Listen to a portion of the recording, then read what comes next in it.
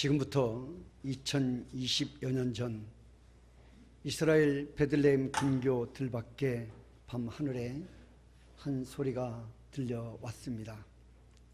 그것은 천군 천사들의 찬송 소리였다. 성경은 그렇게 증언하고 있습니다. 그 내용은 영원한 구원을 알리는 복음의 메시지였다.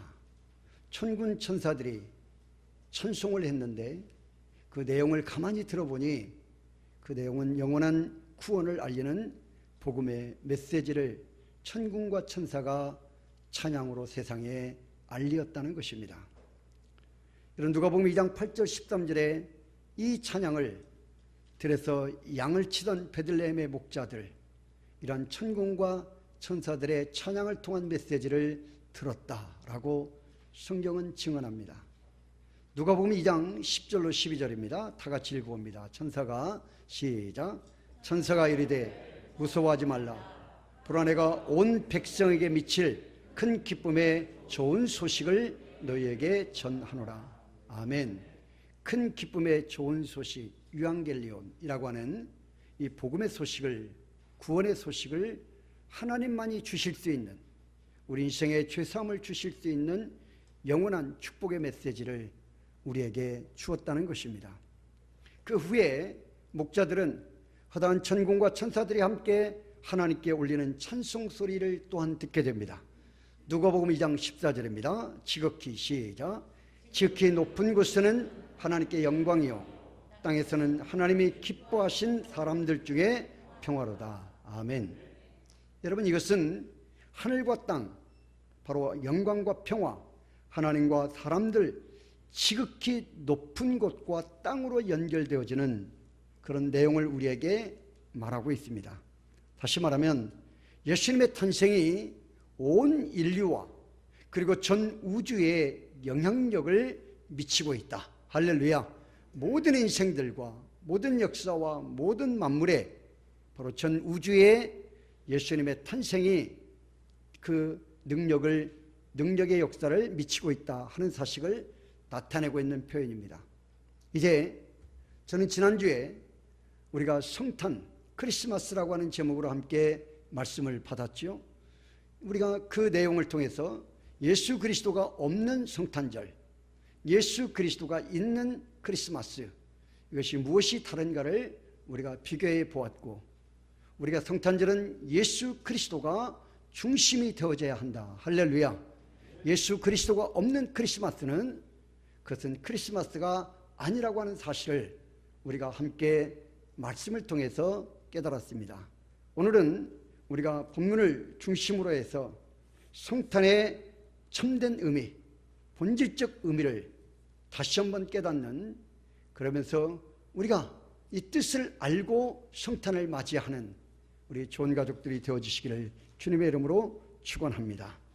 여러분, 성탄의 참된 의미, 첫째는 예수님의 탄생이 하늘에서는 하나님께 영광이 된다라고 말씀하고 있습니다.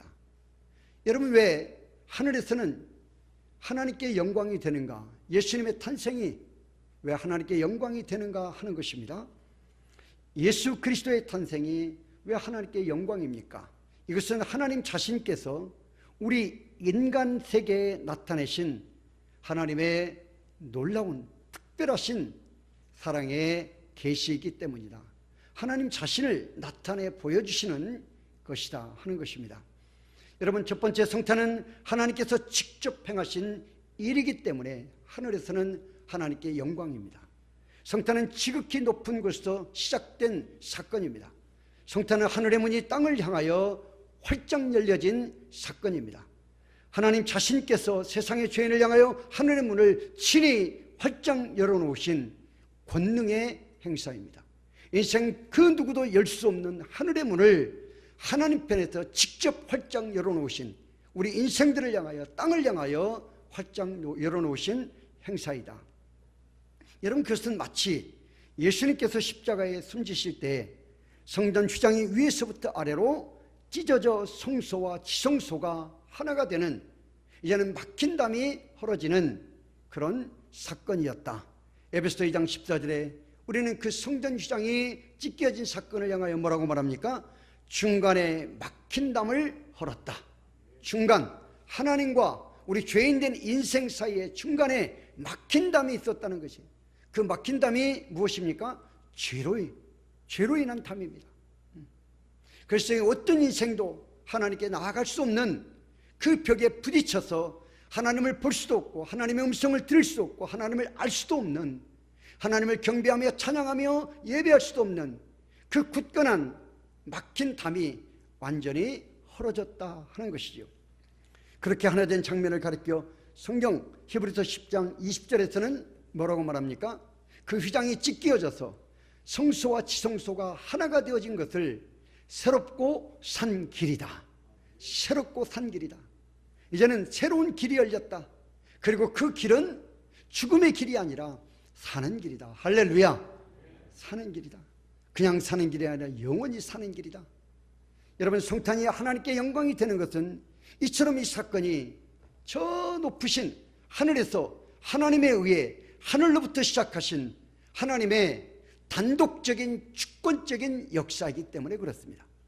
예수님이 이 땅에 탄생하신 것은 전적으로 하나님이 행하신 축복의 사건이다. 할렐루야. 그래서 하나님께 영광이라는 것이에요. 두 번째, 성탄이 왜 하늘에 하나님께 영광입니까? 성탄은 하나님이 죄인을 구원하러 오신 목적을 이루는 사건이기 때문에 그렇습니다. 성도 여러분, 여기에 기독교의 특색이 있습니다. 이방 종교는 어떻습니까? 사람 편에서 스스로 신을 만듭니다.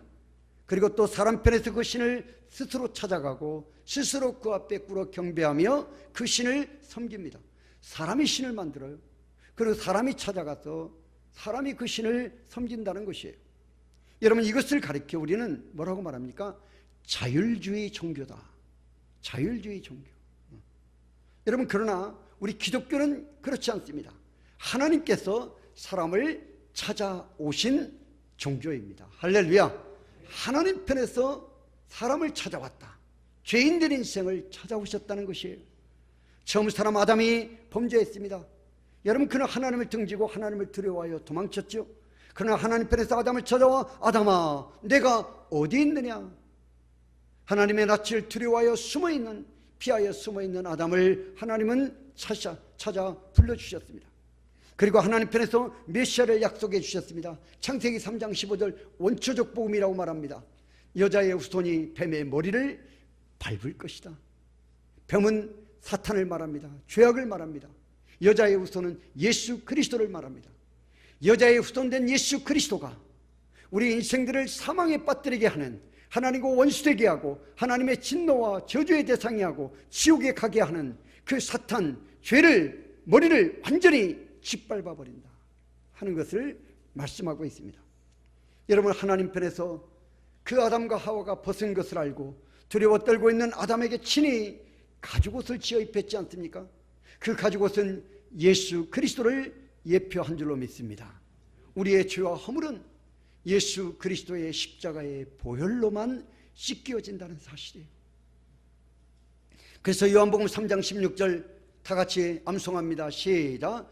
하나님이 세상을 이처럼 사랑하사 독생자를 주셨으니 이는 저를 믿는 자마다 멸망치 않고 영생을 얻게 하려 하심이니라. 할렐루야. 그렇습니다. 여러분, 요한복음 15장 16절입니다. 다 같이 읽어봅니다. 너희가 시작.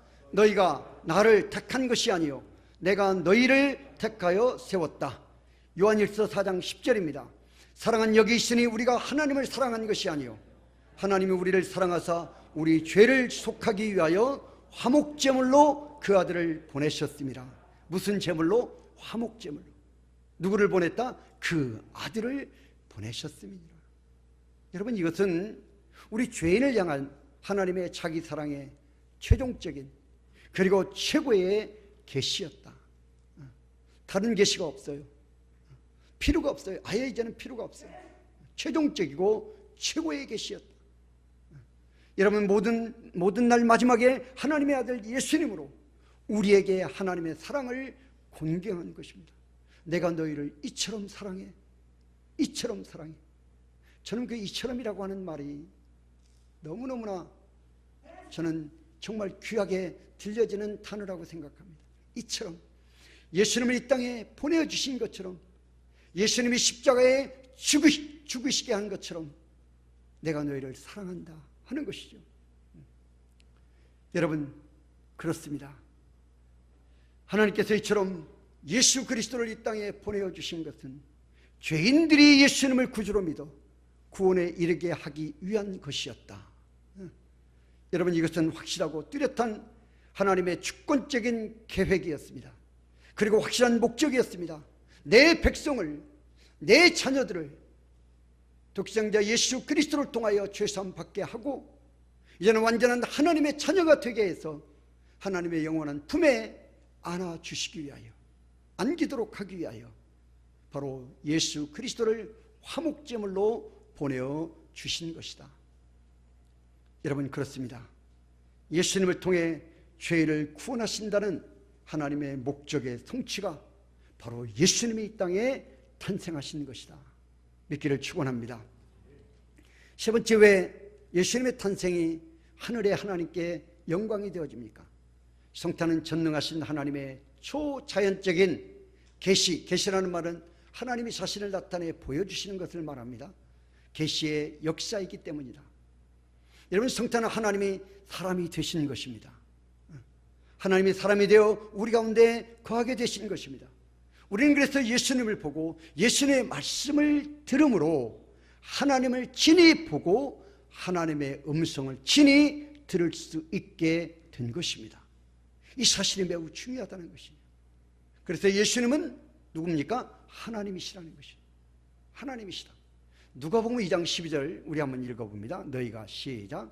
너희가 가서 강보에 쌓여 구에 누워있는 아기를 보리니 이것이 너희에게 표적이니라. 아기를 보는데 너희가 가서 강보에 쌓여있는 베들레헴 마구간에 탄생한 아기 예수를 볼 것이다. 그런데 그 아기를 보는데 이것이 너희에게 뭐다? 표적이다. 너희가 보는 그 아기 예수가 하나님이 너희에게 메시아를 보내겠다고 약속하신 약속의 성취의 뭐다? 증거다. 확실한 증거이다. 확실한 표적이다 하는 것이에요. 너희가 보는 아기 예수 그리스도는 하나님이 구약에 계시된 모든 메시아의 약속된 약속의 성취의 산물이다. 더 이상 이제 다른 메시아는 없다는 것이에요. 확실한 메시아를 너희에게 보내어 주신 것이다 하는 것입니다. 여러분, 역사상에 어느 신이 사람이 된 일이 있습니까? 신이 사람이 된 일은 없습니다. 어느 신이 죄 없는 사람으로 죄인의 세상에 와서 죄인들과 함께 거하다가 그 죄인들에게 심판받고 침뱉음을 당하고 뺨을 맞고 온갖 조롱과 수욕을 당하시다가 마지막 이제는 십자가에 달려 살찌고 피 흘려 생명까지 내어준 신이 있던가? 없다는 것입니다. 여러분, 십자가의 대속제물이 되시고 부활하시고 승천한 신이 과연 있던가? 없지 않습니까? 이것은 우리 기독교의 초자연성을 나타내는 진리 중의 진리입니다. 우리 기독교만이 가지고 있는, 전능하신 하나님만이 인류에게 나타내실 수 있었던 기적 중에 최고의 기적입니다. 하나님의 사랑은 이처럼 하양 위에서 아래로 임하는 사건입니다. 그래서 예수님이 이 땅에 탄생하시면 우리는 인카네이션, 비하의 신분이라고 말합니다. 하늘의 모든 영광을 버리시고 낮고 낮은 이 땅에 내려오셨다. 죄인들과 하나 되기 위하여, 죄인들을 구원하시기 위하여, 죄인들과 같이 되시기 위하여 이 땅에 하늘의 모든 영광을 버리시고 예수님이 이 땅에 임하셨다는 것이에요. 여러분, 오늘날 사람들을 보십시오. 우리도 똑같지 않습니까? 피라미드의 최상층부에 올라가기 위하여 얼마나 우리는 갖은 노력을 합니까? 자녀들에게도 끊임없이 피라미드의 상층부에 올라가야 된다. 끊임없이 우리가 채찍질하지 않습니까? 사람들은 지혜를 모으고 돈을 모아 기계를 만들어 사람의 힘으로 컴퓨터를 만들고 무인 자동차를 만들고 로봇을 만듭니다. 여러분, 그래서 끊임없이 상향합니다. 여러분, 전 세계 나라들은 어떻습니까? 높은 건물을 짓습니다. 끊임없이 바벨탑을 쌓는 것이죠. 끊임없이 그들은 상향을 꿈꾸고 있습니다. 참으로 놀라운 일입니다. 그래서 우주시대를 이루었고 지구촌 시대 또한 이루었습니다. 물론 선한 유익도 있습니다. 이렇게 인간이 하늘을 뚫고 달을 점령하고 우주 로켓에 사람을 실어 여행을 시킨다 할지라도 하나님이 만드신 산소를 가지고 가지 않는다면 인간은 꼼짝도 할 수 없는 것입니다. 산소가 없다면 우주선이 무슨 의미가 있겠습니까? 이외에도 사람의 지식 발전이 놀라운 성과를 이루어낸다 할지라도 정말 앞으로 우리가 상상할 수 없는 일들이 여러분 이 지구촌의 인간들 사이에 일어날 것이에요. 여러분 스마트폰, 누구나 우리가 이 전화기를 내 손에 들고 다니다 이거 상상이나 했습니까? 우리 어렸을 때 동네에서 전화 한 대만 있어도 여러분 큰 사건이지 않았습니까? 근데 지금 불과 우리가 생존에 우리가 살고 있을 때 어린 아이들에게 손에까지 여러분 지금 다 전화기가 한 대씩 있고 모든 정보가 그 안에 다 담겨져 있어요. 여러분 놀라운 성과가 계속해서 나타날 것입니다. 그렇다 할지라도 죄인을 변화시켜 하늘나라에 하나님의 친백성이 되게 만들 수는 결코 없다는 사실이에요. 믿기를 축원합니다. 아무리 과학이 발전하고 아무리 의학이 발전해서 인간 수명이 늘어나고 뭐 어쩌고 한다 할지라도 우리가 상상할 수 없는 그런 과학의 발전들이 이루어진다 할지라도 여러분 결코 죄인을 의인되게 할 수는 없다. 우리 인생의 죄를 사해 주긴 과학의 발전은 결코 일어나지 않는다는 것입니다. 이렇게 성탄은 지극히 높은 곳에서 시작된 하나님의 역사요 죄인 구원을 위한 목적을 담고 있고 여러분 그것은 하나님만이 전능의 결과이기 때문에 하나님께 영광이 되어지는 일이다. 할렐루야. 하나님께 영광이 됩니다. 그럼 두 번째, 그렇다면 하늘에서는 하나님께 영광이고 두 번째 성탄은 땅에서는 사람들에게 평화다. 사람들에게 평화라고 했습니다. 여러분 성탄은 땅에 사는 사람들에게 평화를 안겨줬습니다. 예수님께서 세상에 갖고 오신 평화의 본질이 무엇입니까? 그것은 사죄의 평강입니다. 죄를 사해 주는 것이 죄를 사해 주시는 것이 인류가 겪고 있는 본질적인 고통은 죄와 죄의 싹신 사망의 문제였습니다. 여러분 그것은 경제 문제, 정치 문제, 사회 문제, 교육 문제보다 본질적으로 우선하는 문제입니다. 그것은 사람들만이 지는 영원한 고통의 문제였습니다. 사람 외에 피조물에게 죄 문제 때문에 당하는 고통은 여러분 없습니다. 오직 우리 인생들에게만 주어진 영원한 과제입니다. 예수님께서 세상에 오신 목적은 바로 인류의 이런 죄의 문제를 어떤 인간의 능력으로도 해결할 수 없는, 어떤 수단과 방법으로도 해결할 수 없는, 아무리 과학이 발전하고 지식이 발전한다 할지라도 영원히 인류의 과제인 죄의 문제를 해결하기 위하여 오신 분이 바로 예수 그리스도이시다 하는 것입니다. 그래서 예수님은 뭐라고 말합니까? 나는 의인을 부르러 오지 않고 죄인을 부르러 왔다. 나는 죄인을 부르러 왔다. 죄인과 하나 되기 위하여 오신 것이다 말씀하고 있습니다. 인류가 받은 죄의 싹은 사망이다. 로마서 6장 23절 로마서 기자는 말합니다. 죄의 싹은 사망이다. 여러분 100세 시대가 되든 120세 되든 무드셀라처럼 969세를 살아가는 그런 세대가 되든 인생은 죽음으로부터 자유로울 수 있는 인생은 단 한 사람도 없습니다. 여러분 그래서 이와 같은 우리 죄의 싹 사망, 이 사망의 값을 지불하기 위하여 자기 목숨을 많은 사람의 대속물로 주려고 이 땅에 오신 분이 예수님이시다. 제가 지난주에 잠깐 언급을 드렸습니다. 예수님이 왜 동정녀 탄생인가 하는 문제에 대해서 어떤 분들이 의구심을 받는 분들도 있는데요. 이렇게 생각하시면 쉬울 것 같아요. 우리가 구약의 제물을 드릴 때 어떻습니까? 흠없고 온전한 것으로 제물을 드렸습니다. 만일에 제물이 여러분 흠집이 있거나 병이 들거나 하면 절대 그 제물은 양이 되든 송아지가 되든 그것은 주님 앞 하나님께 그 제물로 드릴 수가 없습니다. 제사의 제물이 될 수가 없어요. 아주 순전하고 온전한 것이야만 했습니다. 마찬가지로 여러분 남녀의 결합을 통해서 태어나는 모든 인생들은 다 죄인입니다. 따라서 제가 아무리 제 딸을 사랑하고 제 아들을 사랑해서 제가 대신 십자가에서 피 흘려 죽는다고 가정한다면, 그럴 일도 없겠지만 가정한다면, 여러분, 제가 죽었으니 제 딸이 죄사함을 받는다, 제 아들이 죄사함을 받는다? 결코 그것은 이루어질 수 없다는 것이에요. 왜요? 제가 죄인이기 때문에. 제가 흠이 있어요. 제가 온전하지 않아요. 그래서 제가 100번 1000번을 죽어도 저는 사람들의 죄를 사해 줄 수 있는 제물이 되어줄 수가 없다는 것이에요. 그래서 예수님은 남자를 알지 못하고 성령을 통하여 동정녀로 잉태하고 탄생하신 것입니다.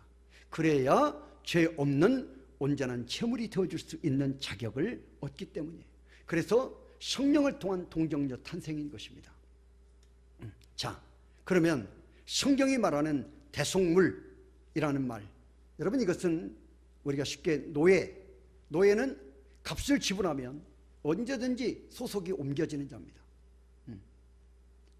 우리 김정로님이 노예를 가지고 있어요. 그런데 노예의 값이 100만 원이다. 그러면 제가 100만 원을 지불하면 그 노예는 저의 소속이 되어지는 거예요. 그렇죠? 우리 김정로님의 소속에서 제가 대가를 지불했으니까, 그 값을 지불했으니까 이제는 그 노예는 더 이상 김정로님의 소유가 아니라 저의 소유로 넘어오는 것입니다. 여러분, 이것이 대속이에요. 대속. 대신 대가, 그 값을 지불했다는 것이 대속물. 여러분, 이것을 우리가 다른 신학적인 말로 속전, 속가라는 표현으로도 씁니다. 속량했다, 대신 값을 갚아주었다 하는 것이. 자, 여러분, 예수님의 오심은 죄와 죽음의 노예 상태에 있는 인류를 구원하기 위해 자기 목숨을 대신, 우리가 죄의 삭은 사망이라고 했으니 그 사망이라고 하는 값을 대신 예수님께서 지불해 주신 것이다. 그러므로 예수님의 성탄은 하나님과 사람과의 화평 관계를 이루는 것입니다. 더 이상 막힌 담이 없어요. 더 이상 하나님과 원수의 관계가 아니에요. 예수님을 통하여 죄인된 관계가 이제는 하나님과의 온전한 관계로 회복되어졌습니다. 여러분, 예수님은 하나님과 인간 관계에 막힌 죄의 담을 헐어버리려고 이 땅에 오신 것입니다. 그렇다면 성탄은 하나님과 인간과의 화평이 목적이었다 하는 것입니다. 또한 여러분, 사람과 사람과의 관계를 화평으로 이루는 것입니다. 예수님의 성탄은 사람과 사람과의 원수 관계를 헐어버리러 오셨습니다. 참으로 이상하게도 여러분, 예수 그리스도를 구주로 영접한 개인과 민족과 인류는 언어와 문화와 역사와 전통이 달랐음에도 하나의 가족, 하나의 공동체, 한 시민으로 뭉쳐 있다는 것을 우리가 깨닫게 돼요. 특별히 선교 현장에 가보시면 이 사실을 우리가 그냥 금세 알게 됩니다. 언어가 달라요. 우리가 예전에 성탄절이면 고요한 밤 거룩한 밤 찬양을 하잖아요. 아니면 우리가 나 같은 죄인 살리신 이런 찬양을 우리가 하면 언어가 달라요. 인도에 가면 인도 언어로 부르고 우리는 한국어로 부르고 이렇게 언어가 다릅니다. 필리핀도 마찬가지예요. 그런데 찬양을 부르거나 예배를 드리면요, 하나가 되어져요. 언어가 달라도 하나가 되어져요. 이 선교 현장에 가면 우리가 가족이라고 하는, 천국 가면 우리가 하나라고 하는 것을 우리가 선교 현장에 가면 알게 돼요. 여실히 우리가 경험하고 체험할 수 있게 됩니다. 여러분, 그렇습니다. 바로 우리는 세계 선교 사역을 통하여 지금도 생생하게 이 사실을 체험하고 있습니다. 그러므로 성탄의 본래적 의미는 죄 용서함을 받은 자들만이 누리는 사제의 평화, 영의 평화, 마음의 평화, 삶의 평화로부터 시작되는 줄로 믿습니다. 예수님을 구주로 영접하는 구원받은 자들만의 축제이다 하는 것이죠. 여러분, 또한 성탄은 땅에 있는 사람들 중에 기뻐하심을 입은 자들만의 평화입니다. 하나님과 우리의 관계의 평화, 사람과 사람과의 평화, 수직적 평화, 수평적 평화가 이루어지고, 그리고 땅에 있는 사람들 중에 성탄은 기뻐하심을 입은 사람들만의 평화, 축제라는 것이에요. 마태복음 1장 21절입니다. 다 같이 읽어봅니다. 아들을 낳으리니. 다 같이 시작. 아들을 낳으리니 이름을 예수라 하라. 이는 그가 자기 백성을 그들의 죄에서 구원할 자이심이라. 아멘. 우리 성경을 읽을 때 이는 그가 자기 백성을, 자기라고 하는 단어들을 우리가 이렇게 좀 표시해 둘 필요가 있어요. 자기 백성을 그들의 죄에서 구원할 자다. 이름을 예수라 하라. 예수라 하라. 자기 백성을 죄에서 구원할 자. 자기 백성, 자기라는 표현. 자기 백성. 여러분, 이 땅에서 예수님을 믿어 구원받은 하나님의 자녀를 일컫는 말입니다. 여기 성경은 기뻐하심을 입은 자들이라고 했어요. 기뻐하심을 입은 자, 예수 그리스도를 믿어 구원받은 기쁨의 감격이 있는 자들이라는 말이에요. 나는 이제 죄사함받아 하나님의 자녀가 되어졌고 이제는 더 이상 죄의 종노릇하지 아니하고 영원한 하나님의 친백성이 되어졌다. 할렐루야. 예수님을 통하여 나의 죄가 완전히 사함을 받았다 하는 기쁨의 감격이 있는 자들, 그들을 가리키고 있습니다. 그러므로 엄밀히 말해서 성탄은 만인의 것이 아니에요. 만민의 것이 아니라는 것입니다. 여러분, 성탄은 예수님을 구주로 영접받은 자들만의 전유물이 되어져야 한다 하는 것이죠. 세상 사람들은 이 사실을 알지 못합니다. 결코 성탄의 평화는 정치적인 것이 우선이 아닙니다. 경제적인 것이나 사회적인 여건이나 이런 것도 우선이 되어져서는 안 되는 것이에요. 여러분, 그것은 개인이 받은 사죄의 은총과 최우선의 관계가 있다는 것입니다. 성경에서 말하는 만민에게 미칠 기쁨의 좋은 소식이란 바로 땅에서 사는 사람들 중에 기뻐하심을 입은 사람들을 성경은 뭐라고 말하느냐? 만민. 왜? 그만큼 수가 많기 때문에 온 지구촌에 다 흩어져 살고 있기 때문에 그것을 만민이라고 표현했지, 지구촌에 있는 모든 인생을 다 가리키는 것은 아니다. 예수님을 믿어 죄사함 받아 기쁨의 감격에 사로잡힌 자들만의 축제가 성탄절이다. 할렐루야. 여러분, 그렇다고 볼 때 성탄은 참으로 특별하고 특별한 사람들에게 특별히 주시는 하나님의 선물인 줄로 믿습니다. 제가 국민일보를 이렇게 보고 있는데요, 신문에 보니까 어젠가 그젠가 조계사에, 서울 조계사에 그 성탄 추리가 떡하니 있어요. 그 사진을 이렇게 올려놨어요. 일면 기사에. 제가 기분이 어땠을까요? 기분이 굉장히 나빴습니다. 그러면서 뭡니까? 우리는 이처럼 종교의 평화를 추구한다, 뭐 이런 거죠. 이런 메시지입니다. 우리 불교는 차별이 없다, 기독교는 차별이 있습니다. 이거 분명히 우리 인정하셔야 됩니다. 기독교는 차별하는 종교입니다. 차별하되 우리가 사랑으로 감싸는 것입니다. 차별이라는 말은 우리가 신학적으로는 분명히 차별이 있다는 것이죠. 신학적으로. 그러나 그리스도의 사랑을 실천하는 데는 차별이 없습니다. 그러나 신학적으로는, 구원론적으로는 분명히 우리가 차별이 있어야 한다. 똑같이 조계사에 절간에 추리를 만들어 놨어요. 그리고 뭐 이렇게 사람 인형도 만들어 놓고 마스크도 딱 씌워놓고 그랬어요. 그 세상을 향해서 무슨 메시지냐? 우리는 이처럼 모든 종교와 우리는 하나가 되고, 모든 종교와 우리는 이렇게 평화를 유지하고, 모든 종교와 우리는 하나다, 뭐 이런 메시지를 딱 주는 것 같아서 그 사진을 보는 순간 제가 굉장히 기분이 언짢았습니다. 이 사람들이 추리를 만들고 이 사람들이 종교적 목적으로 그렇게 사용하는 것이 성탄절이 아니기 때문이에요. 이렇게 이용되어지고 이렇게 사용되어지는 것이 성탄절의 본질적 의미가 아니라는 것이죠. 아닌 것입니다. 만민, 성경의 만민이라는 말은 예수 그리스도를 믿어 기뻐하심을 입은 사람들이 지구촌 곳곳에 편만하다, 많다는 의미에서 만민이지, 이 지구촌에 존재하는 모든 인류를 다 통틀어 여러분 만민이라고 하지는 않았다는 것이에요. 곧 선택받은 자들, 선택받아 예수님을 구주로 믿은 자들, 할렐루야, 구원받은 사람들이 전 세계 전 지구촌에 흩어져 살고 있기 때문에 만민이라고 하는 것이에요. 그렇다고 볼 때 성탄은 참으로 특별하고 특별한 사람들에게 하나님이 주시는 특별한 선물이다. 할렐루야. 우리는 특별한 선물을 받은 날이 성탄절인 것이에요. 사랑하는 우리 좋은 가족 여러분, 우리 교회는 성탄 추리를 11월 말부터 점검했습니다. 그리고 준비하고 12월 달부터 성탄 추리를 불을 밝혔습니다. 올해는 1층 카페 앞에 대형 추리에 그동안 불이 꺼진 별 모양을 새롭게 제작해서 달았습니다. 작년 성탄 작년에 보니까 별 모양이 아주 그냥 이렇게 희미하게 이렇게 별 모양이 있어서 영 마음이 제가 편치 않았습니다.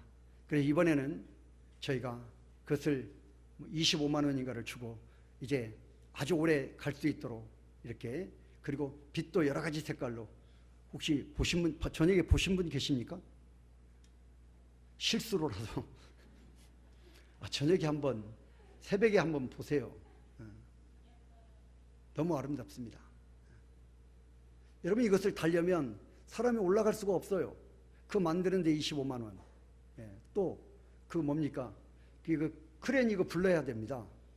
한 30분도 사용하지 않는데 이거 부르는데 얼마인 줄 아세요? 그것도 25만 원 달려는 거 사정하고 사정해서 우리 조금만 쓰니까, 시간 조금만 쓸 거니까 저거 하나만 다룰 건데, 큰 차가 왔어요. 이게 그 큰 차가 와서 이제 그거 타고 올라가서 저거 달았습니다. 그거 타는데도 그 크레인 부르는데 20만 원. 그래서 저것을 제작해서 달았습니다. 여러분, 왜 그렇습니까? 예년보다 더 아름답고, 여러분, 더 아름답게 어두운 세상을 비치게 하자. 특별히 우리는 지금 코로나 시대를 살아가면서 코로나 때문에 여러분 어둡고 우울한 세상에 예수님의 탄생 소식을 알림으로 세상 사람들에게 오직 소망은 예수 그리스도밖에 없다는 사실을 선포한다는 의미였습니다. 또 하나는 제과점, 백화점, 각종 상점에서는 이미 성탄절을 마케팅 전략으로 삼고 각종 티리와 캐롤송을 울려 퍼지게 하고 있기 때문입니다. 어떤 분이 저에게 하는 말이, 목사님, 성탄은 세상에서 장사하는 사람들 집에 먼저 찾아오는 것 같습니다. 11월 달에 이제 그런 이야기를 하는 거예요. 그래서 안 되지. 교회에게 주어진 특권인데 이것이 왜 교회에서는 알려지지 않고 세상 사람들의 장사의 목적으로 사용되어지는가? 아니다. 물론 저들이 그렇게 사용할 수 있습니다. 그러나 여러분, 처음 성탄은 장사하는 사람들의 집에 먼저 찾아가지 않았습니다. 처음 성탄은 마리아와 요셉에게, 그리고 양을 치던 목자와 예루살렘을 떠나지 않고 지키던 시몬과 안나에게, 그리고 저 동방 박사들에게 먼저 찾아왔습니다. 그러면서 성탄의 본래 의미는 지금도 변함이 없습니다. 그때나 지금이나 2020년 전, 그때나 지금이나 여러분, 성탄의 의미는 영원히 변함이 없습니다. 지극히 높은 곳에는 하나님께 영광, 기쁨이었고, 그리고 땅에서는 기뻐하심을 입은 그 예수 그리스도를 믿어 죄사함 받아 구원의 감격에 기쁨을 입은 사람들 중에 평화이다. 할렐루야. 이거 외에 더도 덜도 없다는 사실이에요. 영광과 평화, 이것이 성탄의 본래적 의미입니다. 죄인 구원을 위한 하나님의 전능하신 능력의 행하심이, 이처럼 죄인을 사랑하신 하나님의 사랑의 행하심이 바로 성탄의 본질이다 하는 것입니다. 2020년 성탄의 계절이 지금 짙어지고 있습니다. 여러분, 성탄절은, 우리는 이번 성탄절은 코로나 질병과 함께하는 성탄절이 되고 말았습니다. 예전을 생각한다면 조금 마음에 들지 않는 성탄절이 될 수도 있을 것입니다. 그러나 성탄의 예수님 탄생하심에 오늘의 말씀의 본질을 이해하고 맞이하는 우리가 그런 성탄절이 되어진다면 그 어떤 해보다도 의미 있는 그런 성탄절이 될 줄로 믿습니다. 예수님의 성탄의 본래 의미는 하나님께 영광, 사람에게는 평화입니다. 이 축복의 메시지를 온 가족과 함께 누리는 그런 성탄절 되어지시기를 주님의 이름으로 축원합니다.